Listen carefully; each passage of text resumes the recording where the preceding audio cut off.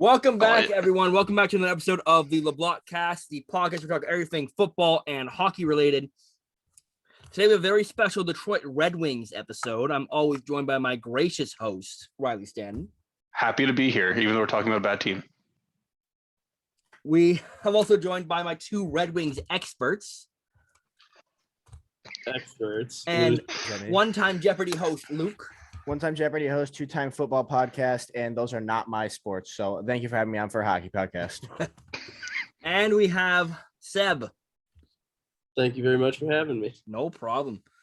Anyway, let's get right into it. Riley, you can start us off this episode, I guess.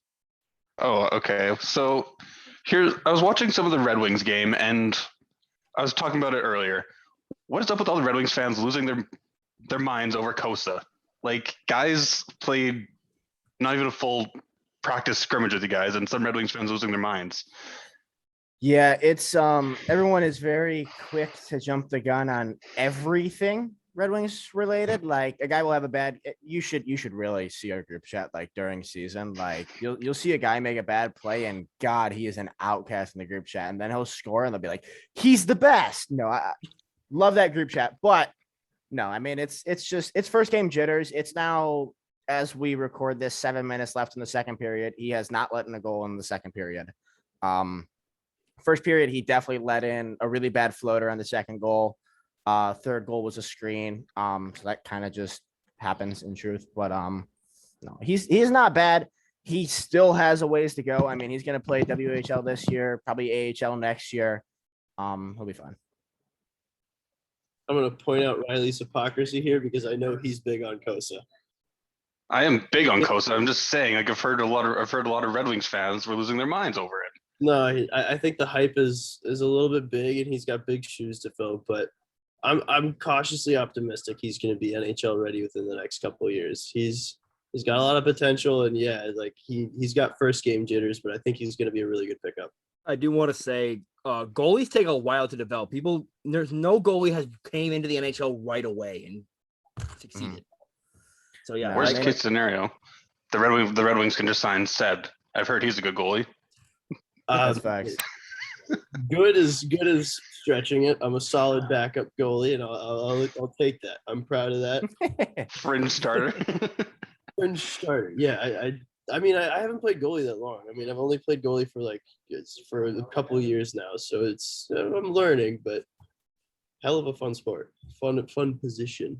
Yeah, but I think Costa is going to be great. I'm very high on him. I love Costa. I want to welcome in Zach. Oh my God. This guy has never been on time in his entire lifetime. I was making hash browns, man. You can't blame me. Fucking hash browns. The hash browns. Okay, good snacks. Good snacks. But Costa is going to be good. I actually had him. I really wanted him at number 10, him or Wallstead, but we took Boucher. But I think he's going to be good. Just trust the process and let him develop at his own pace. Yeah, exactly. Yeah, and he's shown he can play. You don't get drafted in the first round as a goalie if you can't play. So he'll be good. It's just he has a curve. I think there's a big issue with a lot of players that are coming in this. It's not a big issue. I should apologize, but there's kind of like a set-in period because like Zadina came into the NHL, and if everyone remembers his post-draft quote of like, I'm going to fill their nets with pucks. And every Red Wings fan, like, you're hyped for that and you love that. But at the same time, I think Zadina got hit with a very big learning curve of like, oh shit, it's not that easy. And right after Costa was drafted, he did a lot of press, and he said, he was very excited. He was very happy. But he was like, I'm ready. He said, one of the broadcasters in this, I think it was Art Regner, said like they had an extended interview with Costa, and he was like, Costa sees himself in the Red Wings, very, very, very soon. And I'm like, that's awesome. But like, hold on, man, just take it step by step. You gotta love that determination though, as a fan. Absolutely. You love that. But I think Costa's right now, he's getting hit with a lot of like, all right, let me just get settled in, because there's always like, you always want to come in and be the flashy big play player. And it's certainly not that easy as a goalie, especially. And I think he's learning that. He picked the star route on Be a Pro. Yeah. He's losing those teammate points for that. I don't know. As a teammate, I love his enthusiasm. Like if I'm on the Red Wings, I love his enthusiasm. But I think we have a really good pickup in Ned. I'm very excited to see that man play. And you also got a good 1-2 punch with Ned. Having Ned is kind of Nedeljkovic, proven. I'm just gonna say Ned because I can't really pronounce his name, so bear with me. Nedeljkovic. Okay, you guys Ned- repeating it isn't gonna make it easier. Listen, Yeah, listen, Nedeljkovic is really good. listen, Ned Delkovic. Nedeljkovic. There you go. Nedeljkovic. There you go. Hey, His name is Opa. spelled terribly, but it's not that hard. Get it through your Albertan skull. There's a silent J. If you have a silent J in your Yeah, name, he's got a J in his name for no good reason, and it throws a lot of people off. Just So, all right. Sorry. So throughout the episode, I have questions from TikTok that I will be asking at random, just randomly in the show, just throw it out there. So I think we're gonna go with the first one, which is the most requested one. It is about the all-star defenseman prospects for the Red Wings, Moritz Seider. Oh man. What realistically do you see Moritz Seider this year? How good do you think he could be this year? anyone. Of I you guys, think he please, has not all every at once. tool to be a 40-point defenseman. Yeah, I think he can very easily be a 40-point defenseman this year. You saw him last year. Dominated. This is the third best. He was the best defenseman there. He won the award. So there's no reason for him to not be able to put up 40 points on a team that you can get ice time. The team isn't very good. So there's a clear route to him getting a ton of ice time and being one of the better players on the team. So you pair him up with Letty too. We might have more time in the other team's zone. And I feel like Seider can really excel with a player like Letty too. Yeah, I mean, I'm cautiously optimistic on pretty much every Red Wings prospect because I don't want to sit here and say he'll be this and then him come and shit the bed and me being like, all right, well, yeah, I said that. So, but no, I mean, Seider is honestly, he's probably one of the most interesting Red Wings prospects that I've ever watched. And obviously, because of already where he is, but his trajectory is just, it's insane. It is because like at the draft, he was drafted and his nearest comparable was Brandon Carlo. I think that's right. I think that's what they said he was at the draft. He was drafted at 6. Most mocks had him not even until 22. I think the highest any mock had him was like 12. And the 12 might even be generous in that factor. But he's drafted from the DEL, has 6 points in 29 games. Obviously, that's 17, I think he played most of the year at 17 years old. Yeah. So like, he's not supposed to, be some big point getter. But then he gets drafted. They have the option to send him back to Mannheim or they can play him in the AHL. They play him in the AHL. He comes to the AHL. He was a stud. He came in and instantly played in the AHL. I think he racked like 22 minutes a night. Like he was, I think, the number 1 defenseman for the Griffins. He scored 22 points in 49 games. So nearing 0.5 point per game as a rookie defenseman in the AHL. That's pretty hard, man. That's impressive. That's and considering the huge. different. Yeah, different, you're exactly. You're in Mannheim. That's the bigger ice. He comes over to the AHL. That's a smaller ice. And then this year he goes to the SHL, bigger ice again. And he killed it. If you guys are unaware of what Seider did, he posted 28 points in 41 games, won Prospect of the Year and SHL Defenseman of the Year. And the SHL is probably the 3rd hardest league after the NHL. It's NHL, NHL, KHL, SHL. I'd say it's a 3rd, yeah. Yeah, to do that it's insane. It truthfully is. And I always try to, waver my expectations on stuff, but I don't see a reason that he doesn't come in and he can't be like a 40, 45 point guy. Like Zach said, 40 point guy. I think he's going to come in. And like Zach also said, he's probably going to pair with Nick Letty, who is a very good, Nick Letty's pretty good in both ends. He's good in transition. He's just a pretty good, just like overall average, just guy that can control the ice in every facet. And I think that'll also help Seider grow his game, to learn from him, to play with him, and to have the option to, maybe one game Seider settles back, runs the defensive side. One game he jumps up on the rushes. I think he's going to be really good. I think the number one thing is people are going to hate playing him. Hate playing him. Absolutely hate playing him. I just want you to describe, like, for people who don't know Moritz Seider, Like, what kind of game does he bring to the team? He's going to bring down a completely lockdown defensive play. Like when you watch, if you have the free time, go and watch his clips from Rogel this year in the SHL. There were Rogel. There were SHL players that would go in interviews and they would, ask about Cider. And one guy said, like, when he's on the ice, that's his zone. That is his zone. Mhm. Like he dominates that zone. He plays such good defensive play. He rarely lets guys beat him when they're cutting on the outside. He will, if you're trying to cut in the inside too, try to make a move, he's just going to lay you out. Like he's just going to open ice, hit you right onto your back. Like no big deal at all. And he's really good in the rush. This year was very good offensively for him because he had less assists than last year, but he scored more. He scored a lot more. And he scored some actually pretty talented goals. Like a lot of them were like, like there's a lot of times where a defenseman will just flame a puck from the point and just hope it hits some shit. But like he would be at the point, all the way to the blue line, and he would see that left corner, just be like, boom, just right there. Just absolutely sing one in there. So, I mean, he's very interesting, and it's very hard as a fan to sit here and say he's going to be this, he has this potential, but I think he's going to be a franchise defenseman in the NHL. I don't think he's going to walk in and beat Kel McCarr right away necessarily, but I think within a year or two, I think everyone's going to know his name. That was a really good analysis. Yeah, whenever my Sens fans ask about Moritz Seider, like if guys don't know already know, I am very high on Moritz Seider. He's my favorite for the Calder this year. And I say he plays like Jake Sanderson, but he plays significantly better than Jake Sanderson with more offensive upside as well. Yeah, I think it's also worth noting that Germany's an up and coming hockey country. And in the IHF worlds, when Seider was on the ice, he had a positive plus minus. And I'm not advocating for the use of plus minus to determine a defenseman's worth, but when you're playing on a team like Germany, having a positive plus minus is a big freaking deal. Yeah.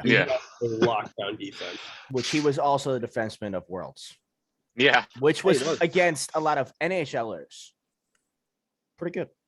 Do you guys remember when I thought Cedar was Swedish? Yes, I do, Riley. Cider was Swedish. Yes, okay. I just thought I was going to bring that up because it's a funny Also, moment. you just called him Cedar. Cedar, apple cider, same cider. You can't forget cider, dude. It's apple cider. That's easy. Well, I just did.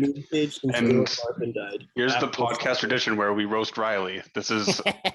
I'm not gonna roast you. All right. Getting off of the question, we're gonna go now into what are your guys' opinions on like the direction the franchise is leading into and the state of the franchise as a whole right now. I think Seb should go first. I think Seb should go first because he went last. Yeah, Seb, you got time. this, man. Oh, thank you. No, I think. God, I trust the Iser plan. He's got to be the best GM in the league, and that's the furthest thing from disrespect from Joe Sakic. Steve Yzerman has fleeced everybody. I think notably to mind comes the Anthony Mantha deal, and then Nick Leddy coming in to work with Cider as well. I'm very excited for the direction of the team, and I genuinely think that this is a lot of progress and the most progress we've seen the team make in about a decade. So I'm really excited to see where this goes.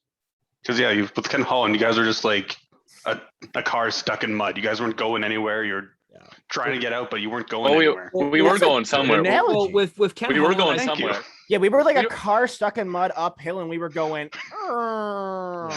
There we go. We were in quicksand. We were in quicksand. Yeah. It seems like with Ken Holland, you're trying to keep the streak alive when it was still active, and that was the worst thing. Yeah, worst thing. And because then when the streak ended, you had all these huge bloated contracts. Yeah. There was such a desperation to keep the streak alive. And then after the streak was over, it was like we're still there. Let's sign these guys or do these things that like these guys were just good. And it's like there was a big thing of like when we had Zetterberg and Datsuk, who, at the end of and Crunwell, to his credit, at the end, all those guys were like, those were the guys. Anybody that played with those guys, they were good. They were really good. So like everyone exactly. Everyone, as I'm going to say, everyone on the Red Wings looked really good. Like Darren Helm, Justin Ablocator, Jonathan Erickson, Danny DeKaiser, like they all played above because they didn't have like the pressure that Pavel Datsuk and Zetterberg had day in, day out. They didn't have this, they didn't have that, and they just could go out and like Datsuk could like be on the other side of the ice and have his face against the glass and chuck a backhand across the ice to Abdicator, who's not even looking but can still score the goal. Like it's like they were so good. So then at that point, like Holland was just like, let's keep these guys that we were good with. So obviously we will stay good, and let's get these guys that are good currently, and we won't worry about the rest. So like they signed Abdicator for 7 years, and they signed Helm for, I think it was 4 or 5, and Glendening for 4, and De Kaiser for 6, and signed Franz Nielsen a free agency on a gross 5.25 as a Datsuk replacement. As the Datsuk replacement, because we missed out on Steven Stamkos, because we were going to get Steven Stamkos. Totally. We were going to get Steven Stamkos there. And it's like, it was so stressful watching the end of Holland, because, he was in quicksand. He was like, he couldn't, whether he liked it or not, like he had to go full rebuild 3 years prior, and he refused. And maybe there was other pressures that obviously the public won't know. Maybe Illich's were, this, that, and the other thing, because I've heard they have a history of that. But no, I mean, bringing in Yzerman has done a very good job of like,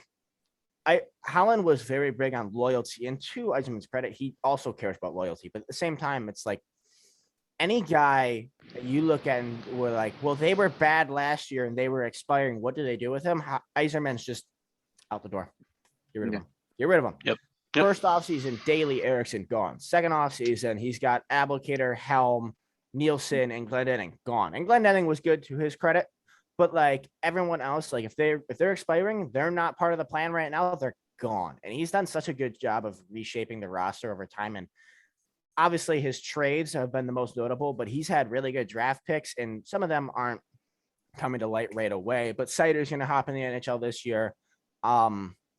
Raymond is not far away. Berggren is really good. You guys will probably soon learn Kirill Tatayev. He is doing very good in the Red Wings showcase right now. Yeah, Riley raised his hand. I have no idea who that is. Exactly. So that's the fun part. So his first draft, 2019, Yzerman's biggest moves were obviously Moritz Seider. And then I think that draft was also William Wallander, if I'm not mistaken. Or was it? No. Wallander was last year. That draft was Mastra Simone, Grew, and Tamisto. And so those 4 guys were always getting like the looks of like, these the guys. But in the 7th round, he takes a guy from Belarus named Kirill. How do I say the name again? Tatayev. He's got a really something like that. Yeah. I have no idea who you're talking about, so don't look to me. Ayeyv. It's so stupid. His name is retarded. Sorry for using that word. That's a bad word. But his name is stupid, dumb, idiot. Out in editing, please. But he's very good. He came into the showcase. Everyone, like, when they interviewed Sean Horcroft, who's the director of scouting, they interviewed him, and Horcroft was like, "Watch out for this guy." Comes in his first game, pots 2 goals. Playing on the second line instantly below Berggren, Foligno, and Raymond, and he's really making a name for himself. And I think he's going to play in the AHL this year. They brought him over. I think it's a pretty good mark when you draft a guy in the 7th round in 2019 and come 21-22, he's playing in your nearest farm system. Yeah, that's pretty solid. It's pretty good. Yeah, Yzerman has done a fantastic job turning around the team with those draft picks, which are already really coming to fruition, and obviously a bunch of trades like Verana, Fabry, Letty, Nedeljkovic. You can't complain. And acquiring Sutter or Suter. Yeah, Pia Suter and free agency. That is a baller move. Now, I didn't like that move. Well, because I wanted Pia Suter. Fair. I didn't expect Pia Suter. I was like on break at work, and the group chat's just blowing up. I'm like, what could this be? It's like Pia Suter 2-year contract. I'm like, oh damn. I told James, you don't reject Yzerman twice. I told it. Yeah, because I remember you told me that the Red Wings were his second choice, and I was so set on, come on, Pierre, make a move, and then I wasn't mad, I was disappointed. And like, now here's a question. Is there any moves that have been made that you guys weren't really big fans of, that you guys didn't like that Yzerman made? Well, there was one move that I wasn't the biggest fan of, but at the same time it was like, and it was the Costa over Wallstedt, but at the same time I was like, who really I'll trust Eitherman. Like Eitherman has been so on point with almost every draft pick. People said he reached on Cider, but he didn't. Yeah, So they said he reached on Cider, and now he's yeah. like Yeah, the like third overall from that everybody draft and really ate their redraft. words with that, because I remember I was at a Yeah. bar for the 2018 draft, and was it 2018 or 19? It was 19. Sorry. yeah. So and then I remember we all like freaked out when Detroit took Cedar, and like we were like, "Whoa, they all reach?" And then a year later, I ate my words. Yeah, That tends to he's happen done- with drafts. Yeah, Yeah. for sure. I mean, he's done. I think the big thing is everyone will look at a move and question it, but obviously he has messed up on some moves. Don't get me wrong. Like you could look at the Eric Comrie trade where we used him for one game and then waived him, and he went back to Winnipeg. Mhm. Pretty dumb. Pretty like really. It was, but it was also I think weren't all our goalies hurt. Like wasn't Yeah. Howard and Brene and they were all hurt. So it was Yeah, just they like, were we all needed gone. Something. And the Brendan Perlini for Alec Regula, you could look at that and say, like that's a miss, but at the same time, like I'm not mad at Eisenman for taking the chance on that because he hit on Fabry. Boy, did he hit on Fabry. That was muy bien. Very good hit, Yeah. But there's a lot of moves where like we'll even sit there in the group chat and like initially we didn't love the Letty trade. None of the three of us, I don't think. No, we were not crazy at all. Yeah, fuck No. the Islanders. I was Yeah, everyone was pretty on edge with the Letty trade because it was kind of like we just felt in general it was too many assets to give with the cap strict Islanders. But at the same point, like Letty's gonna come in, he's probably gonna play with Cider, and he's gonna teach some really damn good hockey. He's gonna be a very good mentor for Cider, and I love that. And the biggest one for the next 6 years of timeline is gonna be this Kosa over Wallstead. Mhm. In truth, maybe Tim watches this and he's gonna give me hell. I probably would have taken Wallstead.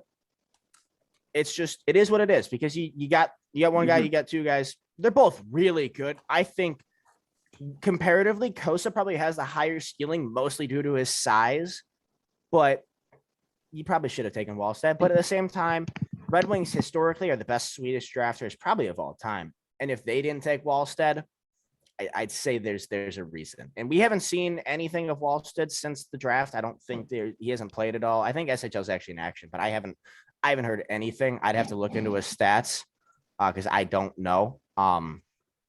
But that's going to be one to follow. That's one that maybe we look back and we say probably should have taken that one. But I have confidence in Kosa and I have confidence in Eisenman. So we'll wait and see.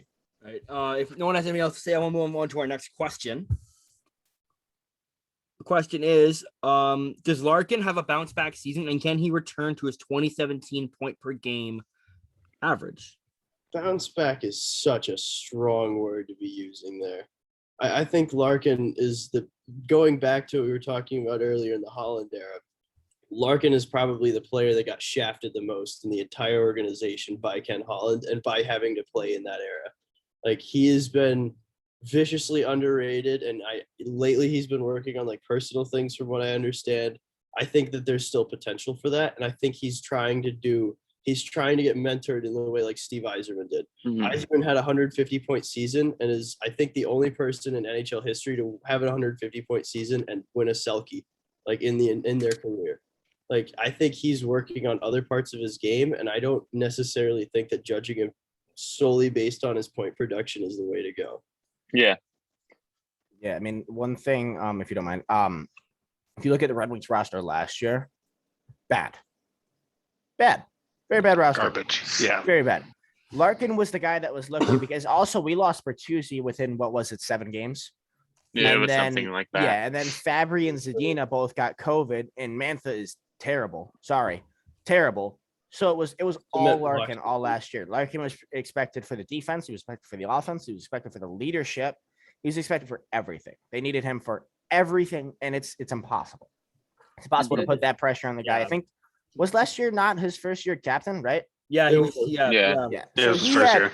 yeah, he had a lot in his head. Anybody Yeah. can agree with that had watched A lot of weight Larkin. on his shoulders. Yeah. Yeah, he had a lot of weight, and you can call it bounce back. And I like Seb kind of says, I think that's a little extravagant to call it because he wasn't bad. He just, like he said, he focused on different parts. He focused a lot on leadership. I think he was very good at, like, you would always look on the bench and him like right on Zadina being like, this, that, and that. He was always helping out, and he was very good defensively last year. Maybe not very good, but you could see there was a noticeable difference from this year to like the prior year about his defensive game. Mm-hmm. But I think there was a thing where like Eiserman said, or Larkin said, or someone said it was like, good on the defense. Let's look to the offense. And this is a Red Wings roster coming into this year that's going to be a lot more, I think, offensively minded, because you have a lot more depth this year. Like last year it was pretty much all Larkin and basically like those, top 4 forwards that I talked about. But this year we have the potential to have a really good top 9, and even a fighting fourth line. So yeah, Throw in a little something else, like to go back to what Luke was saying, like him talking on the bench and everything. His mouth never stopped moving. Mhm. You put a C on his chest, and he immediately, you could see the leadership come out of him. Like I think that he is proving his value as a leader more importantly than his offensive potential. Which, to be honest, last year offensively we were garbage. I don't think anyone would have had that much. No, I don't think any comparable NHL player would have had as good of a season as he did, given the weight and the pressure he was under the entire time. Like he impressed me. Yeah, if you put guys that like are kind of like in the same realm as him comparatively to just like Stanley's right now, if you put like a Mika Zibanejad in that situation, you would not hear Mika Zibanejad's name one time the whole season. You would not hear a damn peep about Mika Zibanejad. He wouldn't have scored. I think he had a 4-goal game this year, right? You wouldn't. I think he had like 2. Yeah, you wouldn't hear 5-goal a games. word about a guy like that. You like, no offense to Riley, but like Mark Scheifele in that situation, all his teammates were hurt. He has a bad decor, and they couldn't figure out the goaltending. This is no offense to you, Riley. I love Mark Scheifele, but if I'm just wondering where this came from. No, I love Mark Scheifele. I'm a big fan of Mark Scheifele, but Okay. comparatively in that system, not many people are going to do much better. Not much people. It was a very bad system. The power play was the worst power play I've ever seen in my entire life. Nothing got accomplished in the power play. The penalty kill was terrible, and even strength, we just could not do anything. Yeah, as Luke said, it was earlier, but he said that there was a report that Eiserman said that defense was good. Now move on to offense. And Larkin, if you watched last season, like he really focused on that defensive job because there was nobody on defense. Like he had to protect the Kaiser. He had to protect Grice, who started the season terribly. So he was constantly looking back. He couldn't really look forward to join the rush, that because he was scared. You could tell that he was worried because he was trying to be the leader, trying to help his team win in any way he could. So he didn't get many points, but the impact that he had was very visible in every game. Like you watch it, it was probably him and Zadina who are 2 best players. And so as Seb said, bounce back is very harsh. It's not a bounce back. It's just going in essentially a different direction. Yeah. Yeah, he had to focus on his defense more because he's got the speed. Like isn't he like the second fastest player in the league? He's probably a top 5. I'm not going to call him second fastest because there's a lot of really fast guys in the NHL right now. Speed is dominant right now, but yeah, he technically has the record on a head start, whatever. But he has the record. Don't care. So when he's forced to like hold that speed, it's like it's painful to watch because you guys know how good he is. But when you have to see him trying to cover defensively, it's really just he's going. Like, he was trying to go top notch at all 200 feet of the game, and that's not when you're supposed to use that speed. Unfortunately, he can't be using that speed to get back on place because the Kaiser just fell at their blue line. It's hurting, man. On a positive though, he still pulled out some highlight reel goals. There was one against Florida where like Smith dropped him a pass and he absolutely ripped one past Bobrovsky. Like he was not bad. It was not, but the entire team was snake bitten, very visibly snake bitten, and it's just he'll do good this year. I'll tell you that. He'll do good. So I think Larkin is one of the most underrated guys in the league because of the team he plays for, and like he's not bad at all. Like he's offensively gifted. And like you said, Luke, he has so much on his shoulders leading the team, always looking back. Because I just think he's gonna have a good year next year because I think the Red Wings have brought in reinforcements for him to play with. So I think for sure that he's gonna have a bounce back year. I'm not gonna say bounce back like I said, harsh because of points, because I think I did watch some Red Wings games last year. He did look pretty good, and I'm not gonna. Well, I mean, sorry, shit on him. I know we want to keep the ball rolling here, but just like to his credit, like last year, after we had Bertuzzi out for the year, Mantha was even a healthy scratch at times because he sucked, and we had Fabry and Zadina on COVID reserve. The other players that he was playing around were Darren Helm, Justin Abelkader, Luke Glendening, Franz Nielsen, Valtteri Filppula. Those are five guys that aren't on the team. Absolute shitters. Dinosaur. 5 guys that aren't on the team. Multiple unsigned in the NHL.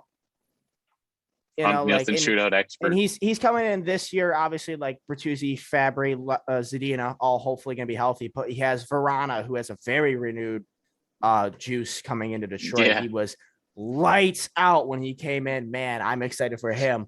But we also, we signed Pia Suter in the offseason. We have Joe Valino, who I'm looking at right now, who's going to come up and is very solid. Lucas Raymond can challenge for a spot. Michael Rasmussen was really good. I mean, it's gonna be a good Red Wings team, and I think Larkin will benefit from that. I'm just gonna keep it moving on to our next question because they have a lot of do 2 questions and we'll just move on. This is from a friend of the show, Alyssa, also known as Jet Centric Podcast. She wants We love Alyssa over here. Yes. She's great. Joe Valeno's potential. Let's talk about that. Please, not all at once. I'll go. So I feel like I'm like hogging it. I need to shut up. Yeah, I think Veleno is what we saw from him last year was that he was already a 3rd-line center when he came into the team. I think that he can be a very good 2nd-line center, and even though we'll probably have a decent amount of center depth, I think he can be a 2nd-line center, and he can manage in that role like potential at its peak. He'll be a really good 2-way guy. He's not going to be the kind of guy who's going to get you a ton of points offensively. That's not how he plays. He's more of a defensive center, but he's a guy that will help the wingers go forward. And he'll almost be like, you guys can do your work and I'll just sit back. Like you get him on a line with with guys like Raymond and Berggren or Raymond Verona or those molds who are pure offensive, super talented, super skilled. And that line will be dynamic. It'll be near dominant. That's what I feel like he is. He's a 2nd-liner who's gonna just be the kind of guy that everyone loves to have on their line. Patrice Bergeron Jr., a defensive center. I don't have a whole lot to say. Well, let's pump the brakes there, Riley. Patrice Bergeron is the perfect mold for a defensive center. That's a bit So too high. I'm It just is saying, when you think defensive certainly a centers, mold you to think of look for. Bergeron.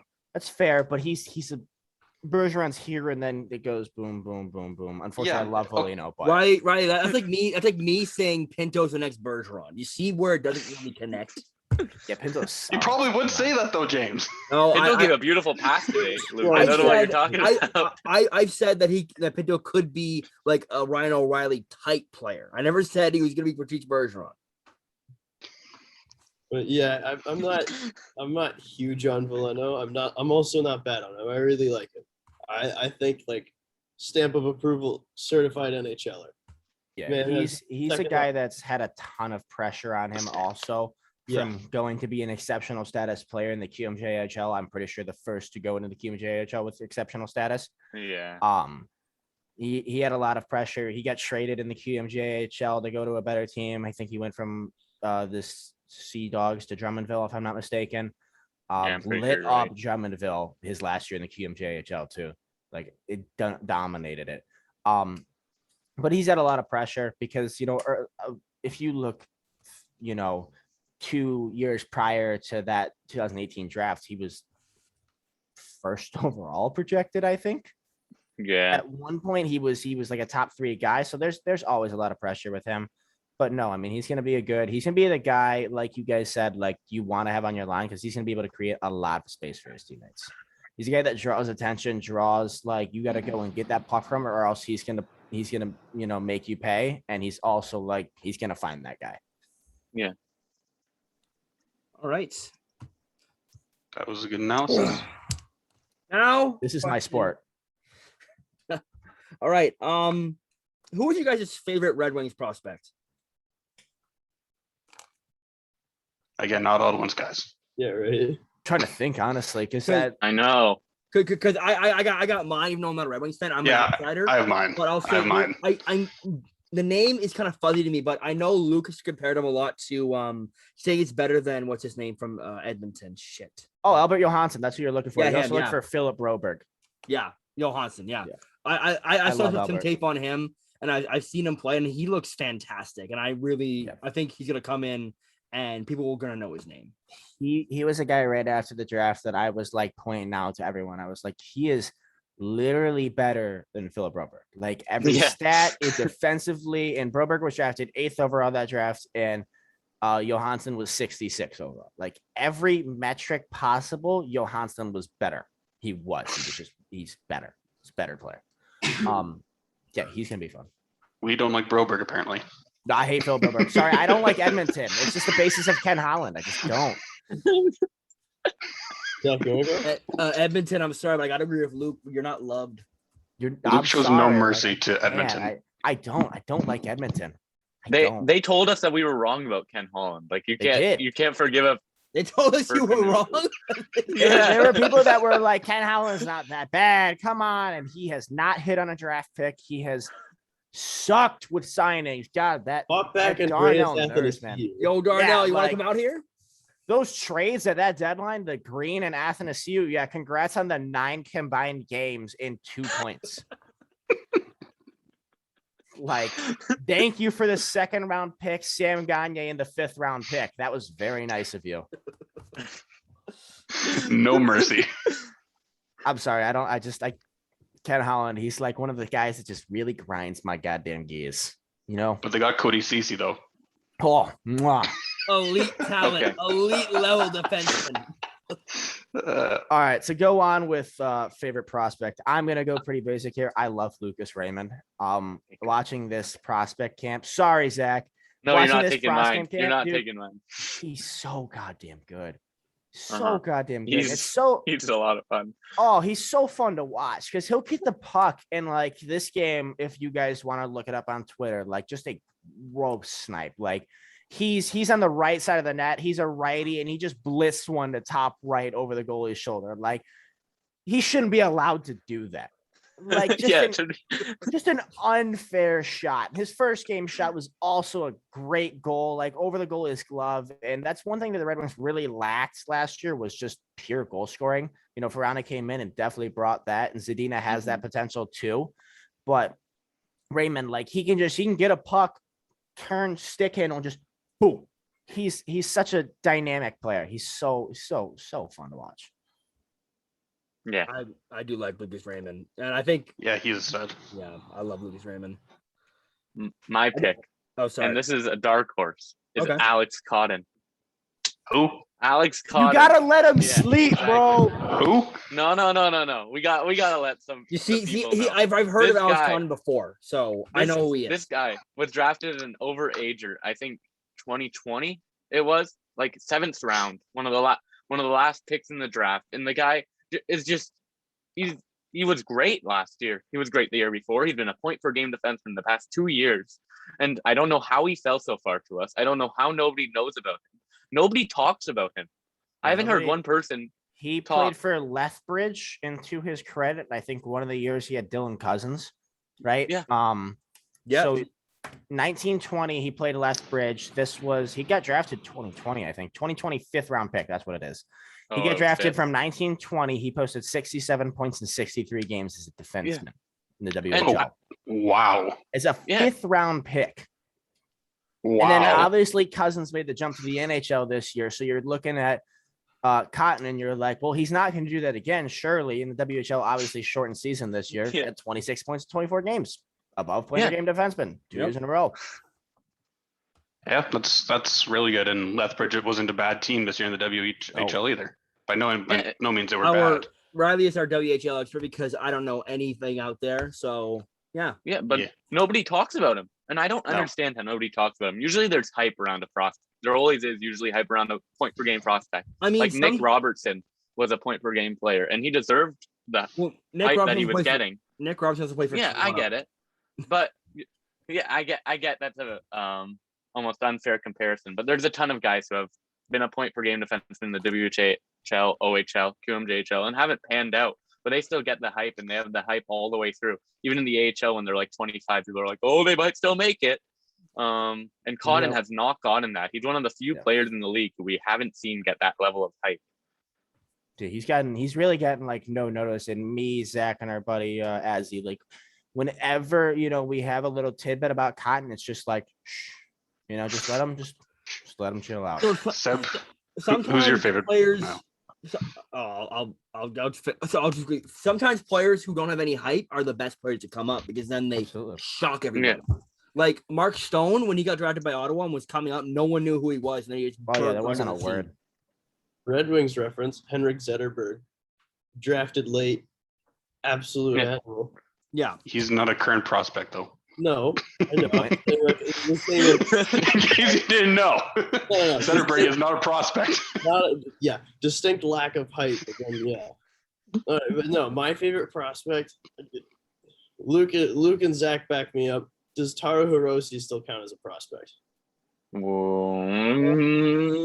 personally I'll give you it. Count him, but you could say Hirose. I'll give you it. And like the few games he played up, he was so good. Like he could quarterback a power play. He made our power play look a lot less bad. And I think as an undrafted prospect and coming from the Michigan area, like coming from Lansing, like Michigan State, I think it's an interesting thing. It's an interesting narrative to see him come up and do that. Hometown boy. I wish him nothing but the best. He might not be the best prospect we have. He might not be the strongest, and he certainly is one of the more overlooked and with the most downside to him. But I don't know why I really like the kid. He plays good hockey, and I think he's got a good head on his shoulders, and I just want to see him do well. Mm-hmm. My favorites, to no one's surprise, Sebastian Cossa. To no one's surprise. I love that guy. Yeah, love that guy. You thought I'd pick the one with the same name as me, right? I didn't think that. Okay, good. All right, our next two questions will involve like standings. Someone asked, will Detroit finish last in the Atlantic? No. And I almost responded saying, "There's no way. There's no way." You forget about the Buffalo Sabres. Yeah, did Buffalo get Thanos snapped? So I'm gonna say this. I put Detroit at 7, but I would not be surprised if they went up to 5 or 6. Yeah, I agree with that. I don't think 5, but I think I mean it could happen. Montreal's just knowing a very injuries, questionable team. Like teams get injured, it could happen. So yeah, I think the highest I put them is 5 or 6. They could range to 5 or they'll be 5 to 7. They're not last, but they're not playoffs. So I think we're all in agreement on that. Yeah. Right. I think they're definitely going to shock people with how much we progressed there. I compare them to like the Ottawa Senators of like not like this year, but the past year where they were still competitive, but they were still like not a great team. You know what I mean? Yeah. I think it'll just be a fun I think they're to above watch. that sense of 2 years ago though. So I think they'll surprise people for sure. I think a difference between the Red Wings and the Senators that maybe I don't want to say people don't notice, but the Red Wings already have a lot of like for sure NHL guys that are there. Yeah. Like when you look at the Senators last year and years prior, like everybody was like coming in drafted because like once like they had all the big Duchesne, Stone, Carlson, Dzingel, like once all those guys were shipped off, it was all youth. And also New Jersey's been the same way of like they've really had a big curve of like these guys are out, let's bring in these guys. And like I think it's kind of a weird way to say it, but yeah, I know what you mean though. Yeah. I think the Red Wings are going to be, because we already have obviously like Larkin's in the NHL. He's a very good player. Verano's very good. Bertuzzi's very good. I think the Red Wings will be better than last year's Senators, but I think the Senators will be better than this year's Red Wings, if that makes sense. Yeah, I can comparatively, I think their prospects are a lot, or I don't know. It's hard because truthfully, both teams could go either way. The Red Wings could be over them because they just have the for sure guys, and the Senators are really still just going through and seeping through. Who are those guys? Yeah, but I agree with that. Like the Sens were all youth. Like there was maybe 2 or 3 veterans on the whole team. I think the oldest guy we had was Craig Anderson, and after that it was like some guys who were like 28, 27. So didn't you guys have Dadonov? Not last year, the year before, but yeah, Dadonov, yeah, 30 years old. Oh, It yeah. didn't work out, but we got a third rounder and a holding for it, so I'm not gonna complain. It's All weird being the only fan of contending team here. right, your time is coming. Shut up. Contending. Yeah, you Contending. contend. Wait. You're a fan of a Contend. playoff team. Yeah, contending for the playoffs. Maybe you're not in the cup conversation. You Sorry, really Riley, we hated love the- you, but- the roast They're Riley. sleeping. They sleeping. They sleeping. You Yeah, made man. it the I'll roast I'll Riley. text you a clip from this video next offseason when you guys don't make the final four again. Bet. All right. Bet. Now We're we making the have, second round, Luke. We're Now we going have there. this question Second round's maybe not that big. divided on a lot of you, but we have when is the year the Red Wings make the playoffs? 2070. The I question mean, was not maybe. directed at you. The streak might last until 2070. I'm thinking 3 3 years. About 3 to 4. I think a lot depends. I think a lot depends on yeah. development because there's a lot of That's teams how where I'm they'll feeling just too. have the young guys come in and they're the Yeah. guys. They are. And I Mhm. think to their credit, Snyder and Raymond could be those guys that come in with what we already have. And obviously not playoffs next year, but depending on how next year's draft goes, maybe we get a little cheddar cheese in the draft ladder, No, never gonna No, happen. we won't. But Not I sure. don't With the know. Red I don't think we're that far off. I don't think it's crazy to say that we could be in the playoffs in 22, 23. Personally, I don't. I think it's a lot safer to say 24, 25. But I think we're going to develop a lot faster than people think. I think we have we have a very large surplus right now of guys that are very close to the NHL. Very close. And Yzerman is very good at trading. If you look at some of the stuff he did in Tampa with guys that were kind of NHL guys, kind of not. Don't get me wrong, Jonathan Drouin is an NHL guy, but he goes and he trades him for Mikhail Sergachev. Mhm. I think Jacob there's Delarose. yeah, Like, there's a lot more of those deals to come, in my opinion, because you have guys that one guy I'm really looking out for this year is Michael Rasmussen because I don't know where he fits in this lineup. And he's good. Yeah. He's a good player. He's not going to be able to his 9th overall, but I Great. don't see where he fits into this lineup coming up. I don't. I He can't figure it performed. out. Yeah. No, He he performed did. on the first line last year. He did. But He was good when Yeah, Larkin no, went he down. definitely was. I'm a huge fan of his. Everyone that knows me knows that. Yeah. But Yeah. he does not have a spot in the top 6. Unless they, play Pia Suter down, which I don't think is wise. You can't know. But you have, that third line. It could be Rass, but I think there's also the guys like Berggren and Foligno and Raymond that can surpass him and be better than him within the year. Be better players within this season. So it's very tough to see where he goes. I think he's a guy to look to. That's kind of he might be switched up. I'll give my answer. I think 4 to 5 years. I'm not gonna be too optimistic because I don't want to get hurt again. But I think one difference with the Red Wings and a lot of other hardcore rebuilders, because don't get me wrong, we were hardcore rebuilders. We were literally the worst team in the NHL in the salary cap era. We were. Yeah.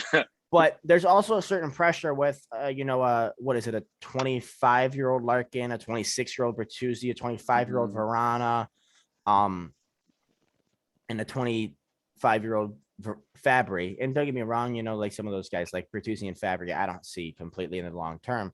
But there is some pressure to not sit with your dick in your hand forever. They're gonna get cooking. I think there's gonna be a lot more trades coming up that are kind of just let's switch it up. I think they have a D-man to acquire yet. I don't think it's no.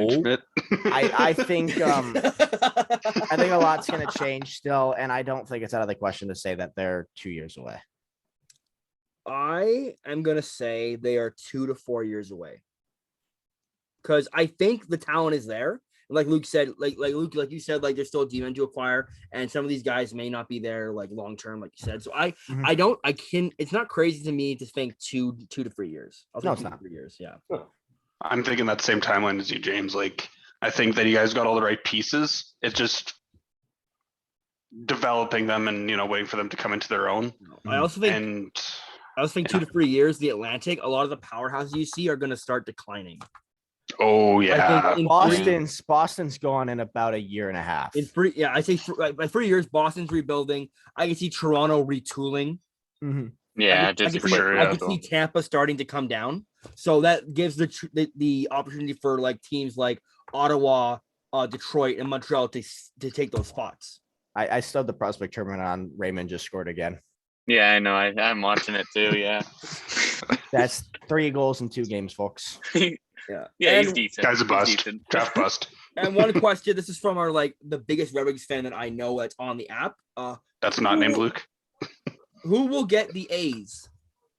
That's a good question. That is a very actually like because I don't Yeah. goddamn know. I think Tyler Bertuzzi makes a lot of Yeah, sense Bert, because I yeah. reckon he's basically the longest tenured guy that is to give a shit about. But I think otherwise, I think it'll go to a vet for a year. I would not. Sorry, I was watching the game. That's my bad. I wouldn't be shocked to see it go to Mark Stahl. I've heard that he was a very good leader, and obviously they brought him back for another year. Also in the same right, there's a chance that it could go to Hronek. I think he's been very good, and honestly, you might disagree with this. You might. It could go to Mo Seider. It is not the most uncommon thing for a guy to pop in. Didn't Gabriel Landeskog get the C within like 2 years. He was the captain really quick. McDavid was the captain within a year, I think. Ekblad done an 8 early. Yeah, Ekblad done Taves- an 8 early too. Yeah, I think Taves literally walked into the NHL as the captain. Taves was also They gave Brady the A after all the trades happened. Yeah, I so don't know if I he's think big on it'll be pretty quick with Cider, but Yeah. it's like it might not be this year, but Cider's really good. I'm really excited for him, and I think he's pretty good. Potentially controversial opinion. I think Robbie Fabry needs to be in that discussion. That's Like, fair. Yeah. I like Fabry a lot. yeah. I think it's gonna go with Hronek and Fabry. I like Fabry. Yeah. Yeah, I I think he's providing a lot of presence on the ice and off the ice, and I think he's here to stay in Detroit. He seems to really like it. Yeah. And He has a very big community presence. Like he does a lot of events over every off season. Like he's from Toronto, or I think Toronto. Yeah. And he used to go back, and obviously he couldn't this year, but like every off season that he's been in Detroit, he's been in Detroit. You Mhm. know, like he has stayed in Detroit and lived in Detroit and did a ton in the community. That's hard to stay in Detroit. Yeah, dude, Detroit can't have shit there. No, Oh, but I and- mean, it's Yeah. he's good. out of I feel like. Oh, go ahead, Zach. Thank you. I feel like one of the A's will go to either Fabry or Burt, Mm. and then the other A will probably go to one of Stetcher, Stahl, or Hronek. I feel like that's kind like I'm surprised no one talked about Stetcher. He was probably our best defenseman last year. Stetcher was great. I'm surprised Stetcher. Stetcher didn't get taken in the expansion draft. I was so shocked that he didn't get taken. I know. I was so sure he was. Hey, good on Stevie White to not leak the goddamn pick like every other team. Yeah. Still got leaked, but he played hardball. He kept his Yeah, cards to his strong. chest. He held Facts. strong. No, out of left field though. I don't remember which teammate it was in the IHF Worlds, but they mentioned that Moritz Seider was the best captain that they'd ever played under. So that's another good case for him to have an A. I would Yeah. not be shocked to see it be Cider. No, I can see Cider in a year, like in a year or two. I think in a year, yeah. I say in a year probably gets the A. I think one big Because- thing is like Bertuzzi and Hronek are both guys that you probably want to keep a little bit long term, and you're not going to strip either of those guys of an A. No, you can. If you give it to them, then you're stuck with Yeah, them you're as keeping A's them. for a while. Yeah. plus we're forgetting that Iserman was literally given the C immediately, like right. Yeah, he off was. Eisenman was given the C. Right Rodman away. was the youngest captain before Crosby. Like before Crosby and Landeskog got broken, I'm pretty sure, right? Mhm. Yeah. He was given the C immediately, and I feel like if he sees a player that's going to change the shape of the franchise for years to come, he will not hesitate to do so. And if he thinks that man is Cider, hands down, he'll give him a letter. It's a great way to say it. All right. We're running out of time, but we're gonna play one last game, and then we're gonna have a statement from me, and then we're gonna end it there. The statement. Listen. Big statement. Big A No, PSA. It's not a statement. It's more of a, it's a fun Big fact. statement guy. It's a PSA. It's a fun fact. PSA. We're Go fun. on. We're having fun. This is fun. All right. Sorry, we're gonna headphone play users. Sorry, everyone's- headphone We're gonna users. play I everybody's favorite apologize. game, but this time it's gonna be shortened because of time.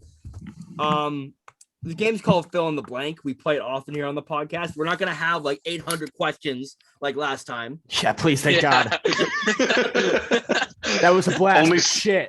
Only $7.99 this time, boys. All right. So I'm gonna say something about the Red Wings, and I'm gonna have a blank after it. I want you guys to fill in the blank. And yeah, I won't be playing in this one, so I will not be giving my answers. I'll be giving the Red Wings answers. Riley, you shush. I mean, you can participate if you want, but sure. Blank will be the breakout player for the Red Wings this year. Zadina. Zadina. Yeah. Yeah, I agree. Yeah, I think he's gonna come into his own this year, especially playing with fellow Jackman Verana. He plays He like would. You go, Seth. he circles around, plays like a shark, circles around, finds a loose puck, jumps on it, makes you pay for it. He's nasty. He's good. He's always the first one back too. Mhm. So like, and his shot, like, it's unfair. All right, so blank will be the disappointing player this year for the Red Wings. I think Adam Ernie has a very odd amount of hype, and I don't think he's gonna be mentioned at all. Oh, Yeah, I don't Yeah, even I'd have- think adding to that. I'd have to agree with Adam Ernie. I don't want to repeat Luke, but Luke keeps going before me, and I'll stop. How about that? Well, not only that, but like we have to take a brief moment to remember we're the Detroit Red Wings. We're not too far removed from being the worst team in the salary cap era. We got to remember, like, there could Yeah. be quite a few guys. There also could be none. So like I think that's a harsh statement to make. It is true. It's a lot of judgment. Yeah. Yeah, like this is a hard question because I know if you asked me that question, I probably wouldn't be able to answer it. It's a tough question, but on the Blockcast, we ask the tough questions. the Mine's questions just that like need a- to be answered. This is Mine's good like a no sports journalism. grievances with Adam Ernie, but he had a good year and he had a really good streak and everyone was Mhm. all over him and he got a 2-year, I think $2.125 million deal. And I don't see him getting much above the fourth line this year, and he couldn't hang when he was on the fourth line. He couldn't. Most of his goals came because he was with, like chances from Zadina and Larkin. Yeah. So He we'll can see. produce when he's I'm rooting for him. Don't get me wrong, but I don't think he repeats what he did last year. And there's a group of Red Wings fans who, like, they call him Earn God, and some of them actually believe that he's like actually like one of our best wingers, but he very clearly is not. I think this is distracting from the real thing that there was actually the Bert and Ernie line put on the Rip. time. Rip Christian that was and amazing. The one time it happened, it was beautiful. All Red right. Wings fans rejoiced. Yes. Blank will be the leader in points. Dylan Larkin. I'll throw that out there. Just Yeah. Dylan Larkin. Dylan Larkin. I'm gonna go Verana. I think he's a little more dynamic offensively than Larkin. I think he'll just get the difference with like Larkin will create chances for other people, but Verana can create them for himself out of literally nothing. Isn't Yeah. he still the leader in 5v5 goals per minute? I think he is. Yeah. He's like 5v5 per 60. I think he's number one. Yeah. Because he was given no ice time on Washington. Yeah. Yeah, he has the most goals per ice time, I think, that like of anyone in the league. And so that's also a fair statement. Blank will lead the Red Wings in penalty minutes. If he plays enough Giovanni Smith, But like we want to see that from him. facts. That's why he's there. Yeah. It'll be either Smith or Sider's gonna start a lot of shit. To be fair though, he had almost zero penalty. Like he had very few penalty minutes in the SHL. He did, but the But it means- NHL is such like not soft because there is still hitting, but Sider hits what moves. Yeah. You're in Yeah. his zone, you're getting tossed, and people aren't gonna like that. People are It's not true. Yeah. gonna like that. So he'll probably That's get a few like what are they like the 2-2 that just disqualify? I can't think of the word. Offsetting. Yeah. Yeah. Especially like a guy like Tom Wilson. Like if he plays against Washington, Tom Wilson will not like to see Sider just decking everyone Oh, that's yeah. skating. I would love to see him lay out Tom Wilson though. Oh my god. Just stay away from Reeves, okay? I kind of like Reeves. Why? I like He's from Green Bay. Winnipeg. He's from Winnipeg. I don't like. It's Ryan impossible Reynolds. for me to hate a player from Winnipeg. Well, you should fix that All right, then, eh? I would that's fix what that. isn't a fill in the blank, but it's a Too Canadian, Riley. it's like a yes or no, basically. Will Thomas Grice keep his backup role, or will he be demoted? To keep back up. He'll keep it. There's no one else. Yeah. I say like, I know Grice didn't start the year too great last year. So. He didn't start too great, but his second half stats were really good. Actually. Oh. Like really unnotably good. Like nobody He said won anything. He won a first start of the week. Like, He did. Yeah, I think like going back and looking at it, he played games, or he played in the games where the team was playing the worst. Like Yeah. Bernier is a great goalie. Like Bernier is an excellent goalie, and he played phenomenally all year and probably carried the team. But Yeah. I find a hard time putting any hate on Grice because when he was playing well, he played well, even if the team was not. If you look at the stats, I'm fairly certain that Grice had the least goals for every game. Yeah. Like the Red Wings statistically scored a lot less with Grice than they did with Bernier. I think there's this really shitty goalie confidence thing that the Red Wings had last year where like Bernier, they were significantly better. Grice, they Yeah. were significantly worse. Mhm. yeah, it got to a point where I wasn't even watching the Grice games just because I felt bad for the guy. Like, because I knew we were gonna lose, so I was like, Yeah. It we're not gonna sucked. win for this guy. I felt so bad for him. All right, Get a and clue. finally, Osgood or Hasek? Kind This of was a dumbass question. was that? Honestly. Hasek. Yeah. Yeah, I felt to be pretty simple, so I got it for the end. No, Sawchuk. Sawchuk. That's fair. Hasek's the GOAT. Yeah, And he's sick. I'll stand on my soapbox until the day I die. Dominic Hasek is the GOAT. I love Osgood and like goalie goal god, but you really can't beat the man with the back made out of a slinky. Like Dominic Hasek. Yeah, I think Hasek is like, I still think Marty Roeder is the best goaltender I've ever seen play in my life, but Hasek, I did see Hasek play for the Sens when he did play for the Sens.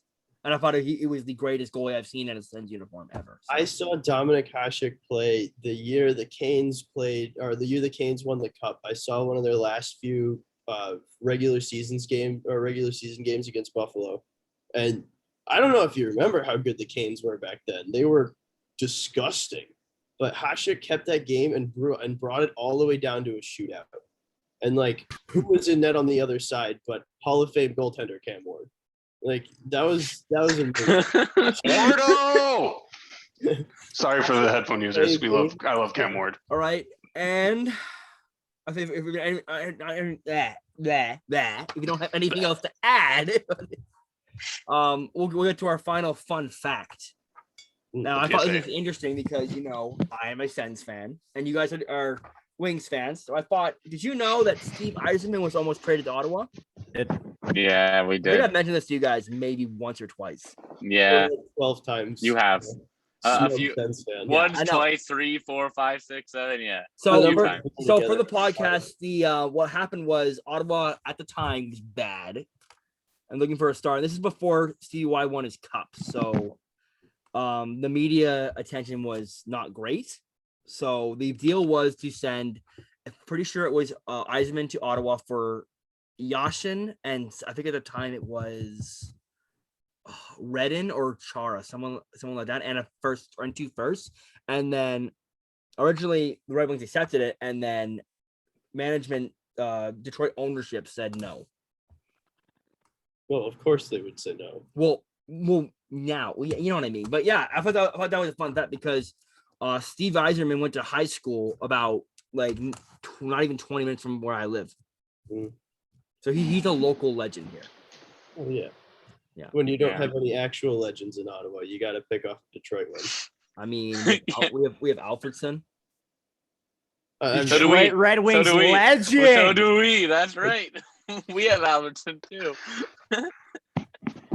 All right. I want to thank you guys for coming on. This is a blast, and I love to have you guys on again. Talk some Wings hockey in season. Yeah. Anytime. Yeah. Thank you. Any last thoughts you guys want to add, or We're excited for the Calder. Well, that Alex Nedeljkovic for the Calder. We have two And- Calder. Yeah, Alex Nedeljkovic. Lucas Raymond for the Calder. Let's get it. If they're wearing a Red Wings uniform, they're Jonathan going for the Bergman for Calder. the Calder. Any Red Wings rookie for the Calder. That's right. Kirill Tutia for the Calder. Thomas Grice for the Vezina. Let's That's right. go. All right, we are gonna end it now before my brain explodes. And you've been watching another episode of the Leblockcast. Come on, do the sponsors, do the thing. The hot Thank sauce. you for the sponsorship, Leblockcast. Yes. And hold my beer hot sauce. Today we're gonna end you with "My Way Soon" by Greta Van Fleet. Thank you for watching. Good song. And we'll see you next time.